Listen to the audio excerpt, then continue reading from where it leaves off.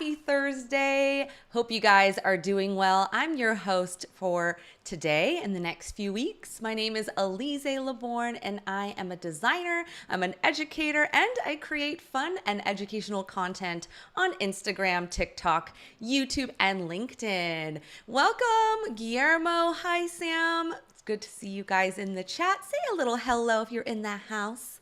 Welcome, welcome, welcome. Some of you guys have seen the last few streams. In those streams, I'm giving you guys design challenges, right? But I'm also giving myself little challenges in every stream. What have I done so far? Like every time I say, I did a dance on Monday. Yesterday, I think I was typing blind. Today is going to be winking. I'm going to practice, I'm not a good winker, so it's going to be like a good practice for me to find appropriate times to do a good wink. We'll see how that goes. Hey, Chris. Hi, Hamza. Hey, Kieran, and Potato. Welcome. Potato Zubair. Is Potato, that's such a cool little, cool name right there. Potato Zubair Ahmed. And we have Richard Otley. Oh my gosh, it's hard for me to say people's names today. And Unicorn and Tanya. Welcome. Welcome in the house, everyone. So let me show you my screen real quick. We've got the Behance landing page here, behance.net/challenge/XD. And we're right here with the big blue button. This is where you can enroll for the challenge. You can hear the audio. Yay, Potato. I'm glad. And then this is how the whole design challenge works. You'll receive a challenge every day. Today is the timeline screen. That's what we're going to be working on, prototyping a timeline. Yeah, sorry, no dancing today, Rob. I mean, but why not? Why not a little right now? Hey, hope you guys are doing a little dance at home as well. But I'm going to be doing that wink today, practicing that wink. These are where your design challenges live. You can download Adobe XD right here, and you can chat with the community and join Discord below. Discord is going to look like this. You're going to have these different channels here, and this channel, the channel is called Challenge. This is where you're going to upload your challenges. And I already put in the channel tips and tricks some gradient resources. We're going to talk about gradients a bit today. And I want to give some love to the people who posted on Behance, your lovely challenges from yesterday, the rideshare app. We're trying to make sure we are using colors that are accessible.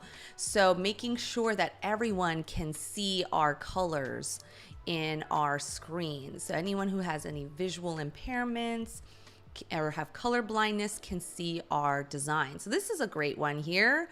Really easy to read, black on white, and some good animations as well. That was from Annie. Great job. We also have Abranil, who's posted here another design. Ooh, cool blue colors. There's my wink. Hey. Might be hard to see my winks with how big my screen is, or how big my visual is of my face right here. But let's check out this prototype. Oh, yeah, we have the big blue button here with white text on it. Really nice job and good contrast for your colors. Great work. We have Zach with a scooter concept. Hey, that's really nice. Pretty designs here. Oh, showing the prototype links. And we also have another video prototype with the orange color. Oh, this is really nice too. So still the contrast with the orange and the white, and making these designs accessible so everyone can appreciate your designs. That's what we're about here. All right, let's look at our designs. Oh, I got Richard's last name pronounced correct. Yay. Otley is probably one of the easier ones there, but I'm still gonna give myself props. Wink. So let's look at our designs, what we're working on today. Here is the design challenge. We are designing and prototyping an animated timeline using Auto-Animate. So this is our third challenge. And the design I provided, this is an example of a timeline. So it's gonna look like this, where I'm using my keyboard up and down, the up and down keys, to have this little kind of fluid animation with space as the theme. I did this for Adobe stock video a couple weeks ago, and I was wearing an astronaut costume doing a dance. So that's where, from that video, this is where I'm using the screens that I did from that particular stock video, which I had such a good time doing. I'll share with you guys later. So let's build this out. Let's talk about how you guys can start to create your own automated timeline. Wink. All right. I like how I say wink every time too. As I do it, if you guys are just joining, my personal challenge for today is finding appropriate times to work on winking, because I'm not a great winker. So first thing you're going to do when you make a timeline, an animated timeline, is you actually want to design that full design within one artboard initially. And you're going to move forward and you're going to design however your timeline looks. So I have some images, some text, etc., and some lines. And I'm going to show you how I designed just one of these, because it's basically I'm repeating the same thing over and over again. That's the nice thing about a timeline. It doesn't have to be too fancy in the design, but we can get a little creative in the animations that we apply to it. Now, first things first is I talked about gradients earlier and how I added some resources for you guys in the Discord. I'm using this kind of rainbowy 3-color gradient in this design, and I wanted to discuss a little bit about gradients. You guys know I'm an educator. I want to just have you guys learn as we do. And so I'm just going to talk a little bit about gradients and how to use them, because maybe you guys want to apply some gradients on your own timeline for this challenge. So gradients are awesome because it gives us creative freedom. We're blending colors, and it makes our designs eye-catching and more memorable. So in this example here, you see the call to action. This big button has a gradient yellow to orange, and it's really eye-catching, and it makes it pop from the design. They're a way to really make our designs more interesting, less flat, like this example here. But I want to talk about some gradient do's and don'ts. Before you're like, yeah, gradients, let's get into it. I'm going to start just putting them everywhere. Let's talk about some color choices. When you're creating a gradient, you don't just want to stick any colors together and make a gradient like this, like burnt brick color to this lime green. It doesn't look well. It's like murky, it's poopy looking in the middle, and it just doesn't feel good.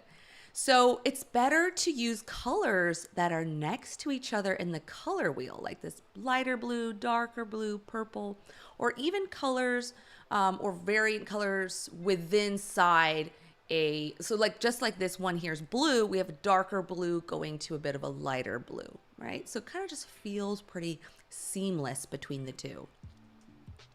Transitions. You don't just want to go straight from like, this is a gradient, right? It's like very harsh lines. Doesn't feel good. It's like, it doesn't feel so good. Smooth transition. The sound will be like, ooh, nice and smooth, right? Feels nice. And we don't want to overuse our gradients. In this example, we have a gradient in the background. We're using gradient in each card. We're using gradients on the gradients. It's like, whoa, overload. And the challenge with this is that it has bad visual hierarchy. That means my eyes don't know where to pay attention to, what to focus on. So we want to use our gradients sparingly, right? So that's a little bit of examples, a little do's and don'ts for gradients, and let's start using them, talking about them. I'm going to create this little line here, this little gradient line, and I talked about this the other days. Instead of using the line tool over here in the toolbar, I'm going to use the rectangle tool so I can apply the gradient to the rectangle, because you can't apply a gradient to a line. So I'm going to just make a longer line here, or a longer rectangle line here. I'm going to remove the border of that, and I'm going to apply my gradient. I've already made this this gradient earlier and added it to my document assets. So it's ready for me here. So now I have my little gradient line. And from here, I'm going to add some text. So I'm going to go to T for text on my keyboard, or select the text on my in my tools over here. And I'm going to type in 2025. I already added in my character styles this text that I wanted to use here. So in 2025, we're going to, in my example, we're going to have commercial space flights, meaning people can just go into space, which would be really cool. And let's see what I had here. And safety and security. So I actually want to apply the gradient to my text. If you want to do that, you can't actually apply that gradient like this. See, I'm selecting the text and I'm then trying to select that gradient. It's not working. You actually have to make your text into a path. So in order to do that, I'm going to go to Object, Path, Convert to Path. Once I've done that, it's no longer text. I can't make edits like I would with regular text, but now I can treat it like a shape where I can apply some of that gradient to it. I'm going to make this smaller and move it up a little bit. And I'm not satisfied with the way this gradient looks. It looks a little murky. You can only see the peaks of the pink. So I'm going to play around with this gradient. And in order to do so, I'm going to go into the right-hand side into where it says fill, and you can select different gradients here: solid, colors, linear, radial gradients. And once that's selected, I can actually move these little dots so that it has a better transition. So I just kind of want it to have just a peak of the pink. I feel like the pink's a little intense. And so I'm just going to transition it like that. And then I am going to just add this image over here onto the right. And there we go. So now we have our final piece here. I'm going to put all of this into a group. Just selecting all the objects I want into a group, and then right-clicking and selecting group. And I can find over here on the left-hand side in my layers that group, and I can just retitle it if I want to. I'm going to bring it over here with the other ones. Aubrey's asking if we can show how to add a gradient as a color style. Yeah, so if I were to make a gradient, I'm just going to place one here. I have a rectangle. I'm going to select linear gradient, and I can have like this blue going into maybe this kind of a blue here. And from there, I now have a gradient and I want to add it to my colors. I'm just going to my document assets here at the top and adding it with this little plus button. And so now I have both the border color and this gradient, which I don't want this border color. And so now I can apply it, that same gradient, throughout my designs, which is really helpful, right? Okay, good question. Thank you. I'm glad you guys now know how to apply gradients to text. Cool. So I am now going to break these down into 4 boards. This is the way you're actually able to create that timeline structure. So with the animation. So I'm going to show it just again. It's going from one artboard here to the second artboard and just moving down that timeline. So first thing I'm going to do is I'm going to just make a copy of my artboard, and I'm going to change this height to 10.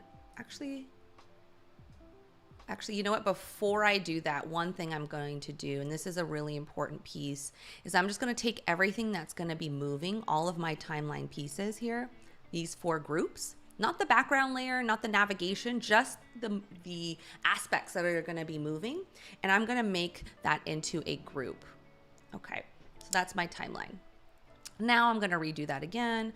I'm going to change this to that. And so the rest of my timeline is still in here, but this is going to be the starting screen. And then I'm going to go into a second screen here. And what I'm going to do at this point is I'm just going to shift it up. Now, the reason why I wanted to make sure everything was grouped is perhaps when you make that second, or when you change that artboard height so that it's only to that, where I changed the height to 1097. I wanted all of this to still remain together. But if I didn't group it, it might just be off the artboard.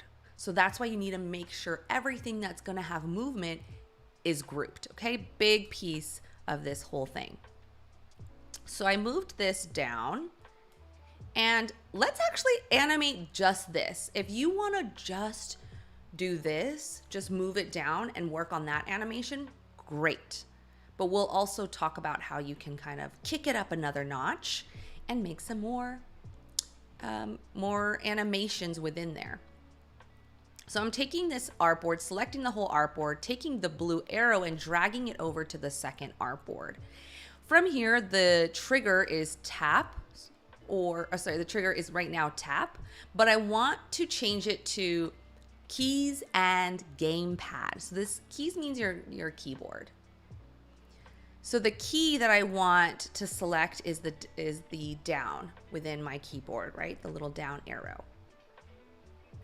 The transition is, I'm going to change it to Auto-Animate, and I'm going to have an ease in and ease out, and I'm going to change it to 2 seconds. So from here, I'm going to play it. I'm going to use my little keyboard down button, and it just has that movement where it's moving down, right? That little shift. Nothing fancy, but that already looks pretty cool, right? Just that little movement.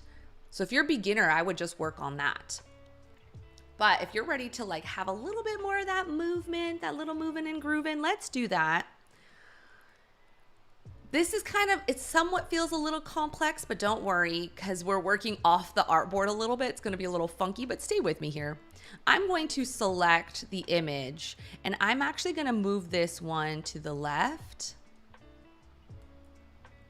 And I'm actually going to select my text and move it to the left. And I'm going to change the opacity for all of this to 0. So it's going to move to the side and it's going to disappear once we have that movement. And then I'm also going to go down here and do the same thing. I'm going to move these to the left, turn off the appearance, move the image to the left, and turn off the appearance. So now I'm going to prototype this so that if I select up, it's going to go back to this screen. So I'm going down and then up. So let's see how this works. So I'm going to go down and we're going to see the movement.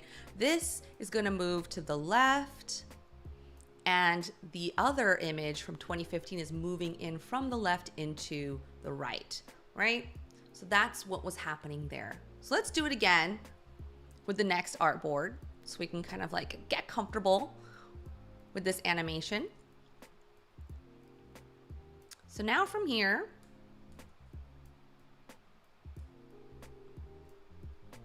I have a question from Desi. Have you ever had to create a sticky call to action or elements that are top aligned to the top of the artboard? Oh, where did it go? The text it just went away. What happened? Well, either which way, I'm going to share how I handle sticky things. Oh, there it goes. It's back. Which approach have you used that you found works best? Okay, cool.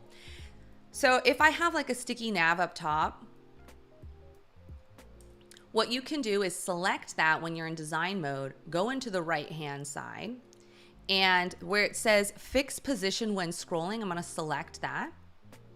Then when I play it, it's going to, oops. Oh, it's actually, it's probably best to show you on a different example here on this screen. All right. Now if I scroll or do anything within this screen, it's actually staying sticky. So it doesn't have to be at the top, it could be anywhere. If you have a little chat button down here and you want it to stay sticky, all you need to do is select that fixed position when scrolling. One note though is you do need to make sure it's at this layer is at the top, right? This at the very top within your layers panel. That's a big important piece. Otherwise, it might not actually work. So that's one thing to keep notice of. Good question. All right, let's move on from here. We're going to actually now move. I'm going to move this whole group up. And again, I want this image to kind of move off to that left when we're doing that shift, that animation. So I'm going to take this image and move it off to the side and turn off that appearance. Then I'm going to do the same thing with the text. It can get a little funky when we're like, we have it over this other artboard, so you can move it to make things easier. What I'll do is this. It's kind of like ghost assets and images that are around. So I moved that up, but I also need to move these items as well so that when they come into the screen, they're moving from the left into the right. Okay, so I'm moving these from the left, moving them to the left, and moving these as well to the left. And again, you just need to make sure everything is in a group. So it's just so that it's still recognized that all of these layers are in your artboard. Okay. And then let's prototype it.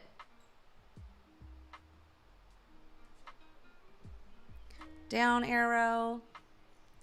And this one is actually going to go here. Okay. So I'm just going to do these 3 artboards. Let's see how it feels. Moving left, nice. Moving left, coming in from the left, nice. So smooth, feels good, right?